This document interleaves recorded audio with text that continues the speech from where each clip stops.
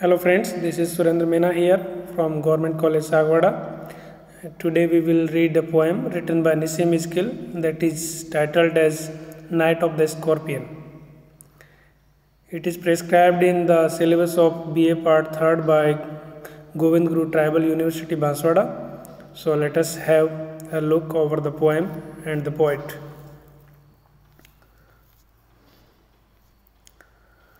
First of all, we should know the brief introduction of the poem Night of the Scorpion. The poem is the record of an incident in the childhood of the poet, and the poet is now remembering those days and that particular incident in this poem. This poem is a free verse poem, means it doesn't have any rhyme scheme. It is totally free verse poem. It is written in 8-line stanza and there are total 47 lines in this poem. In this poem we find a reflection of rural India and its people, especially their view towards life, their outlook towards life in those particular days or in that particular time. These incidents or these talks or the things that is narrated here in this poem tells us that the people of India in those days used to be superstitious, and their attitude or their lookout, their viewpoint towards life is presented in this poem by the poet. The poet Nissim Iskil is an Indian Jewish poet who was born in Mumbai in 1924. He died in Mumbai also on January 9th, 2004. He is well-known poet in the history of Indian literature. He was a foundational figure in the post-colonial India's literary history. He was well-known poet, that is why he was awarded by Sahitya Akademi Award in 1983, and later on in 1988 he was awarded by Padma Shri Award. So Nissim Iskil was a quality person. He had good command over the literature, especially English literature, and he tried to present the common people of India through his works. So today we are going to read a poem written by Nissim Iskil, and that is Night of the Scorpion. I remember the night my mother was stung by a scorpion. 10 hours of steady rain had driven him to crawl beneath a sack of rice. Parting with his poison flash of diabolic tail in the dark room, he risked the rain again. The pigeons came like swarms of flies and buzzed the name of God 100 times to paralyze the evil one. With candles and with lanterns, throwing giant scorpion shadows on the mud-baked walls, they searched for him. He was not found. They clicked their tongues with every movement that the scorpion made his poison moved in mother's blood, they said. May he sit still, they said. May the sins of your previous birth be burnt away tonight, they said. May your suffering decrease the misfortune of your next birth, they said. May the sum of all evil balanced in this unreal world against the sum of good become diminished by your pain. May the poison purify your flesh of desire and your spirit of ambition, they said, and sat around on the floor with my mother in the center. On the floor with my mother in the center. The peace of understanding on each face, more candles, more lanterns, more neighbors, more insects, and the endless rain. My mother twisted through and through, groaning on a mat. My father, skeptic, rationalist, trying every curse and blessing powder. mixture, herb, and hybrid. He even poured a little paraffin upon the beaten dough and put a match to it. I watched the flames feeding on my mother. I watched the holy man perform his rites to tame the poison with an incantation. After 20 hours, it lost its sting. My mother only said, "Thank God, the scorpion picked on me and spared my children." Now let us have the explanation of the poem line by line. I remember the night my mother was stung by a scorpion. The poet is recalling his childhood memories. He remembers that one night his mother was stung by a scorpion. Scorpion means bichu. His mother was stung by a scorpion one night. 10 hours of steady rain had driven him to crawl beneath a sack of rice, and the rain had been continuously coming down heavily, and it had passed 10 hours since the rain had started. So because of this continuous rain, the scorpion moved under a sack of rice to save himself from the people around him. So in the first stanza, we find that one of the scorpion picked and just stung the poet's mother, and after just parting his poison in the poet's mother, it escaped from the spot and ran beneath a sack of rice. Parting with his poison flesh of a diabolic tail in the dark room, he reached the rain again.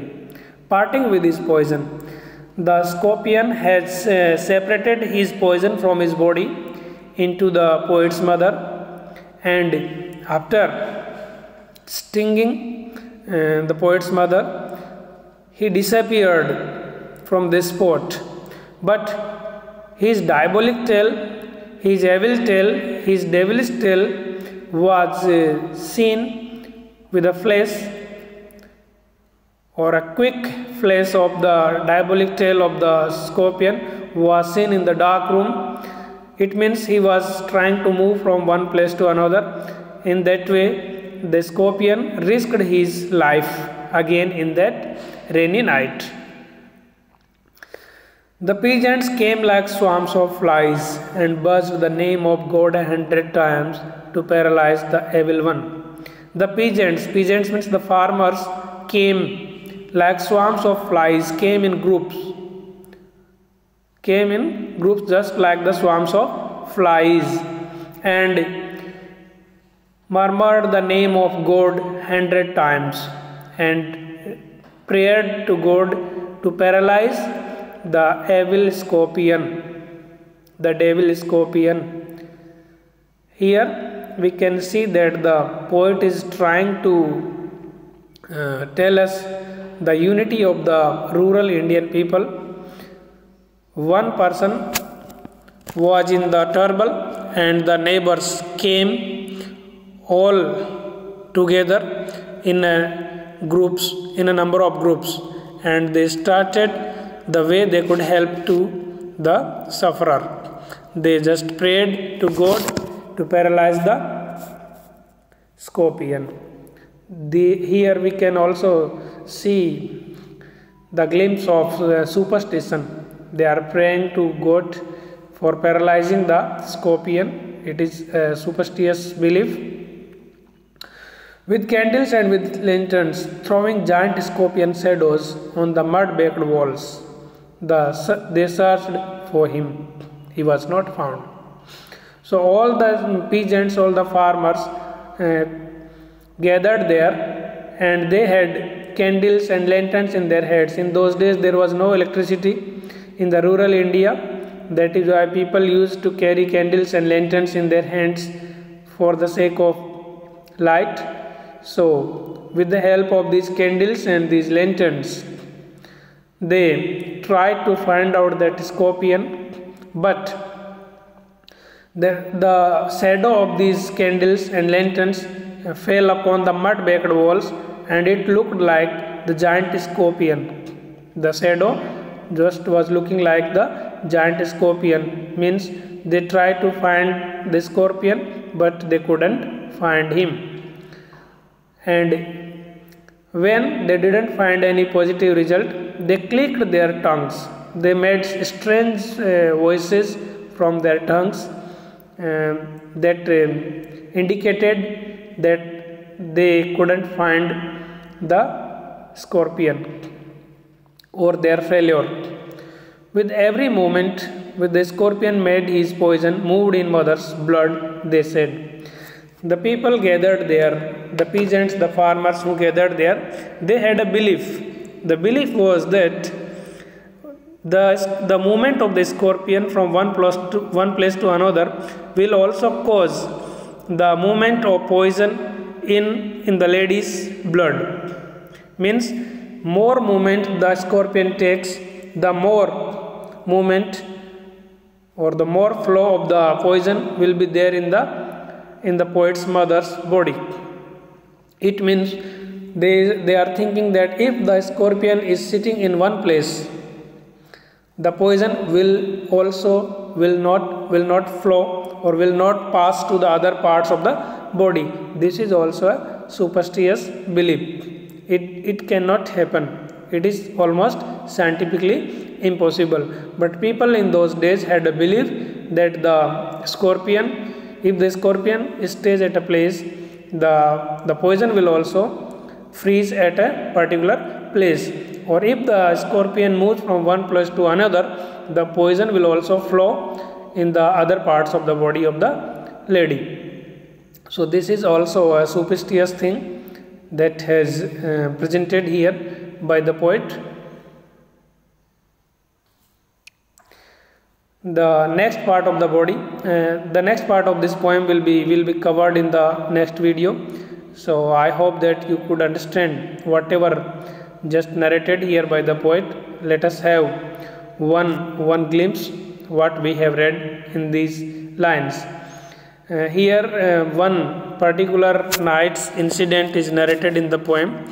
The poet remembers that one of the particular nights his mother was stung by a scorpion, and the scorpion disappeared after stinging his mother beneath a sack of rice.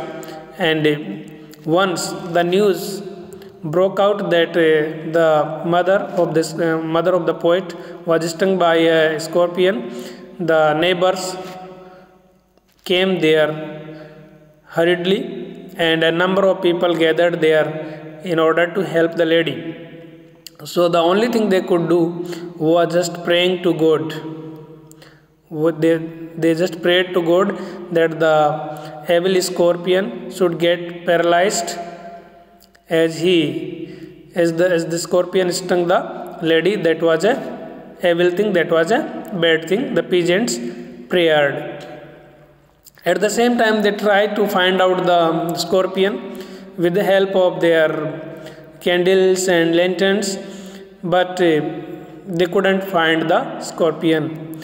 And they had a belief that if the scorpion is standing at one particular place, the poison will not move from one part of the body to the other part. That is why they wanted that the scorpion should stay at a particular place, so that the poison may also freeze at a particular point in the body. So this is what we just learnt, we just read in these lines. I hope that you understood whatever is presented here through these lines. The next part of the poem will be covered in the next video. So I hope that you enjoyed it. Have a good day. Thank you.